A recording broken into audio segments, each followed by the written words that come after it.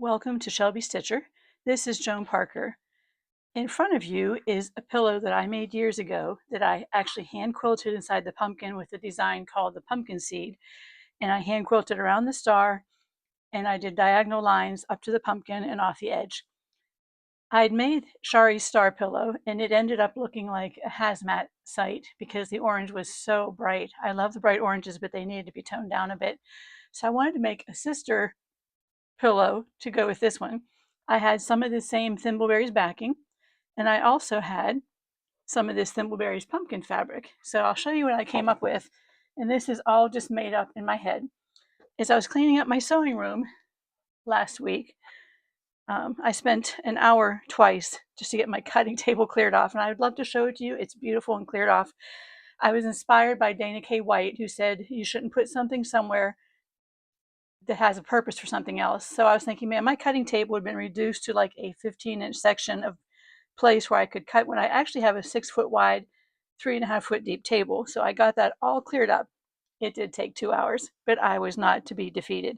So I came across all of these different pumpkin starters, as I call them. I've been making pumpkin mats and pumpkin runners, and I've made a pumpkin quilt, which is one of my very favorites. I just love orange, and having some of these darker tones in really takes away the brightness of it. Now here's one where there was a lot of bright, but there's a place for bright. We can't all be bright, but we can try. So anyway, here's how I had a big long string, and I would cut out rectangles, whatever size I needed. And I just had the thought in my mind, I wonder if I could design a pumpkin pillow with 4 of these little blocks on it. Here's the strips I would cut as I had little scraps of oranges left over. And I must say, when I first started making these, I didn't have any orange in my stash, but you get what you're looking for. So every time I would get to go to a store that sold fabric of any kind, whether it's Walmart or Hobby Lobby or a quilt shop, I'd always go right to the oranges and buy a quarter yard. Here is the pattern that I came up with. I love it. I just love it. Again, here's my other pillow.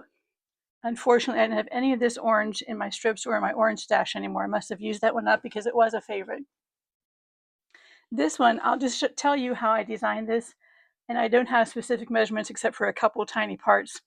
I took the rectangles for the pumpkins and I cut them 5 inches long by 3.5 inches wide. That was my starting place. Then I made the stem section, and as you can see, they're all different. I just cut out a 1.25-inch wide piece of green and a chunk of the tan and just laid the chunk down and sewed it at all different angles. This one's almost completely straight on purpose, but I wanted them all to look different as pumpkin stems do. So then I had this section. Then I filled in on the sides to make this a 4.75-inch square. So I had my 4 pumpkins pieced. Then I got a 4.75-inch square of the background fabric and just laid that down. And then I put in these side triangles. I think these were 5.5 inches square cut in half. You can see here's the seam on the edge of this block, and it went over a little over. I trimmed that off straight, and then I put the 4 corners on the edges. I don't remember the size, maybe 4.5 inches. Then I added a little coping strip of the background fabric so that when I added 2.5-inch borders on the outside, like the original pillow, this would give me an 18-inch square pillow. And then I hand basted it. You can see my bright yellow thread here. The thread is an extremely bright. When it came in the mail, when I first started doing any machine quilting, I was like, no, I don't think so. It was much brighter than anything I was using at the time, which was more the Thimbleberries colors, like these darker ones that you see. So I use this for hand basting, and I just keep it right beside my cutting table up on my pegboard wall so that it's easily accessible when I do the hand basting. So I have basting rows here, here, here. You can see them on here. And I'm going to do the same design as I did on the other one. I'm going to do 1.5 inches wide, I'm sorry, 1.5 inches apart lines on the diagonal, but I'm not going to cross the pumpkins. I will go through the middle unless I come up with maybe a little 4-petaled flower or something for the center that will be different. But I'm going to do lines on this to mimic the wedges on a pumpkin. I'm going to do in the ditch around each pumpkin, and my diagonal lines will go through the border right up to the pumpkin and then start again and go over this way, much like my original pillow did, which this is one of my favorite pillows.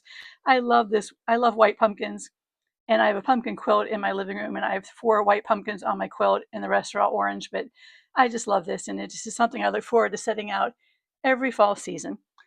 So my pillow is 18 inches square, and I, of course, used up fabric I didn't want for the backing. I had two chunks. One was this big, I can't resist picking these strings off.